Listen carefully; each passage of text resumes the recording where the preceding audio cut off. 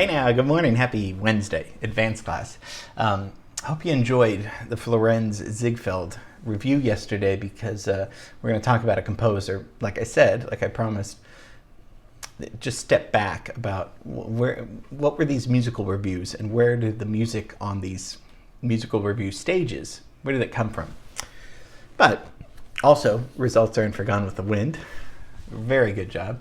So looking forward to showing the results on Friday. Okay, I think that's it. So, okay, Ziegfeld Follies. Early Manhattan. This is all Ellis Island immigrants, like you looked at yesterday. But where did the music? This is our thing this week is kind of the history of musical theater. How did musical theater get there, and where did it come from? And we've talked a little bit about that. It came from operas, especially operettas. So we'll talk about some of these terms. But before Ziegfeld, and of course Ziegfeld was not a composer. I'm just using, he was an impresario. He was a theater owner. He was a manager, a producer. So let's not get confused. He didn't write any music. All that music was written by other people we've talked about, Jerome Kern, Irving Berlin. Those guys got their start with the Ziegfeld Follies, and then they went on to produce, their own amazing musicals. So before this, though, there was romantic music, right? There was classical music, of course. We know Bach wasn't writing at this time. That was hundreds of years earlier. Classical music, there was opera. So from opera came lighthearted music. And we had songs with Schubert and Schumann. We already looked at that. So it's not like, and we looked at songs going back to the Renaissance. So songs, it wasn't a new thing. But somehow from little operas, lighthearted music operas, came theatrical composition, which leads us to musical theater, right? So we're not really focusing on lyrics and libretto because we could, but this is a music class. So you guys do poetry, with Pascal and stuff. So we're focusing more on the musical style of it. So who am I talking about? Offenbach. So it is, not related to Bach, completely different. And his melodies, which I know which I promised you yesterday that you do know, were very simple melodies that transformed us into a more kind of theatrical, song-like, opera-like thing that will get us into the 20th century musical theater. So, without further ado, let's look at Offenbach.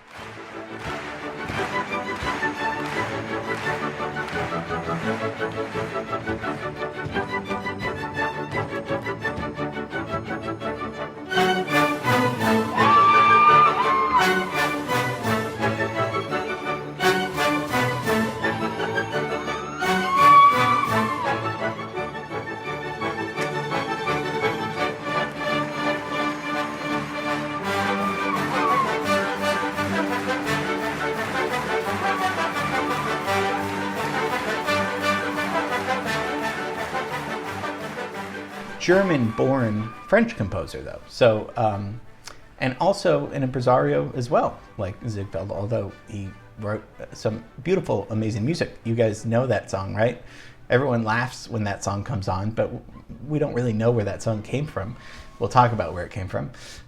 Composer of the Romantic period. So you want to go over it? Let's go over to Germany. Let's go from Manhattan, where Broadway was starting. Let's go to Germany. Where are we talking about? Well, let's review. We need to look at Offenbach. Offenbach and Strauss are kind of maybe going on at the same time. Strauss, the waltz. We know the Blue Danube. Beautiful music, right? Much different than Wagner's music. Wagner is heavy opera, romantic opera. Strauss is lighter, waltzed, music. And Offenbach's going to be like that too. So Strauss is maybe the closest romantic composer for this classroom. But romantically, Chopin's going on. We looked at Chopin. Arthur Sullivan, the composer for Gilbert and Sullivan's works, we did a class on Gilbert and Sullivan. I mean, they did 14 comic operas from 1871 to 1896. So they're going on a little bit after Offenbach. And they're really, going to influence musical theater a little bit. But we're going a little bit before Gilbert and Sullivan. And then Ziegfeld's there, just because we were talking about him yesterday. I hope it doesn't seem too random because he's not a composer, but he started kind of musical theaters on the stage, as we looked at. So when we get to 20th century music, Irving Berlin, we looked at Jerome Kern, people that I mentioned earlier.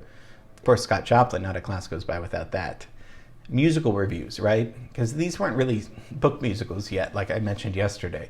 These were kind of gags and storylines because people needed that. They needed escape. Some of them, it's one thing to sit through Wagner's operas in the 19th century, but when you're a poor immigrant coming to America, that's not really, if you need a break, you're not going to listen to a 4-hour or 5-hour Wagner opera.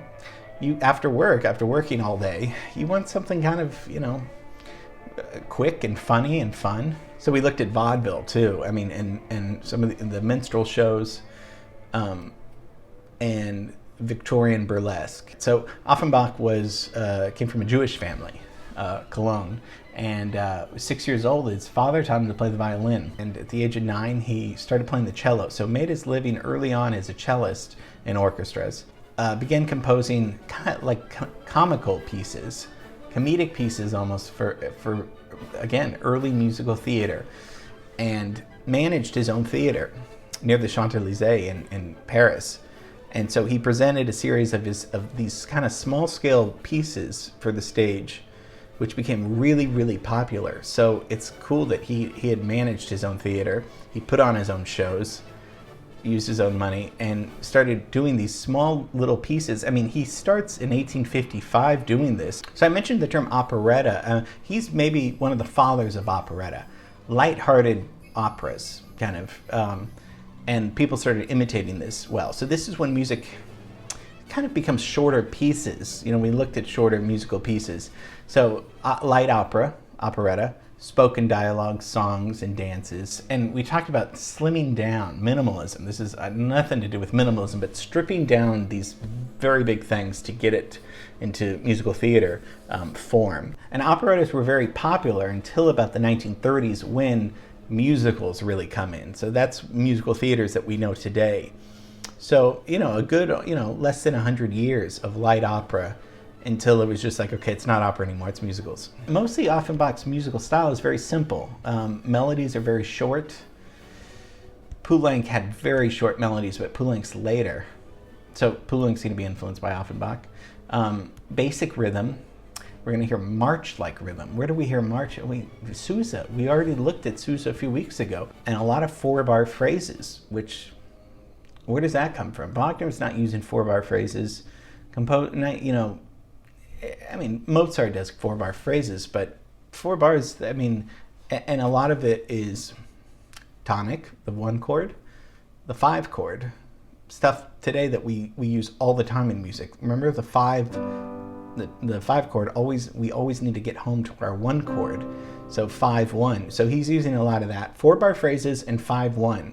All of a sudden music's becoming much simpler and and music that this is how we write today. So we're going to just look at a few pieces because some of them are beautiful. So Orpheus in the Underworld is probably his most famous, and this is where the can-can is, this raunchy dance, the leg kicking. It was hugely offensive. You think of Strauss, the Danube, the waltz, when we talked about the scandalous of holding somebody close, even though everybody wanted to, but okay, I guess we can because it's a dance. It's not completely vulgar. But with this is pretty much the same time, maybe a little bit later. This was very salacious. How fun is it?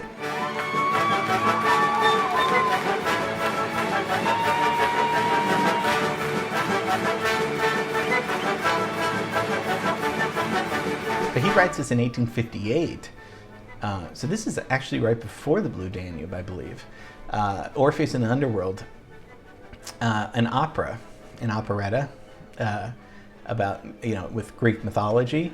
And the can-can, everybody loves that. Can't you hear the march influence, march-like with Sousa? It doesn't sound like a traditional march, but it's very simple and the tonic going back to the 1. There's march-like music, and from march we go to ragtime, of course. So can everyone loves that.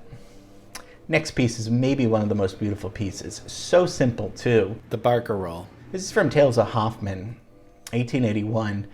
He wrote this, but he died before it was finished. It was staged. This is his final opera.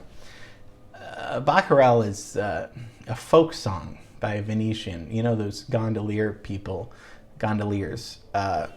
They would sing, or you could pay them to sing as they take you around Venice. So it's got usually like a 6/8 feel, a waltz, but it's got the rocking just like you were on it. So I mean, it doesn't get much more gorgeous than this.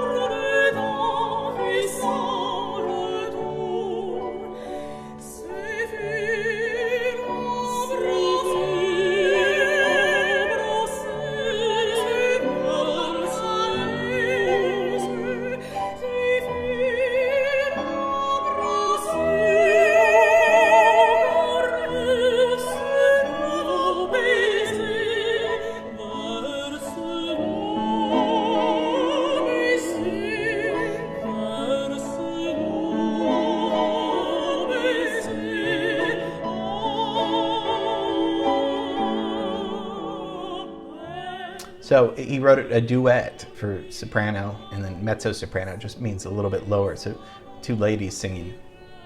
Probably the most famous Baccarel ever written. You guys have probably heard this. I mean, it's one of the most popular melodies. Again, this is just a melody. This is a melody that could be in a musical easily today or in the 20th century, but this is 1880s. I have to show this scene because it's so hilarious and beautiful at the same time. Life is Beautiful, if you probably remember that. Roberto Benigni, he made this wonderful little movie, about this little family in World War II. Look how cute it is.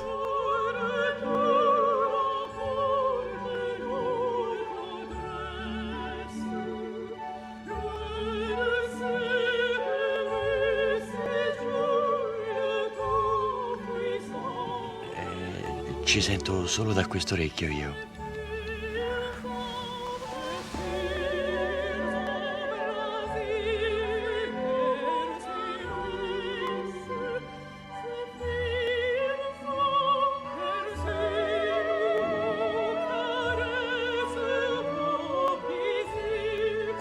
Principessa, dai, sono qui. Dai, guardami, principessa, guardami. Dai, guardami.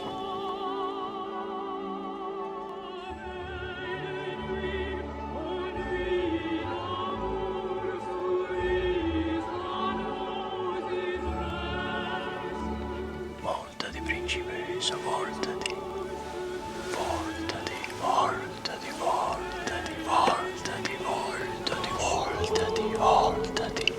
Voltati, principessa, voltati.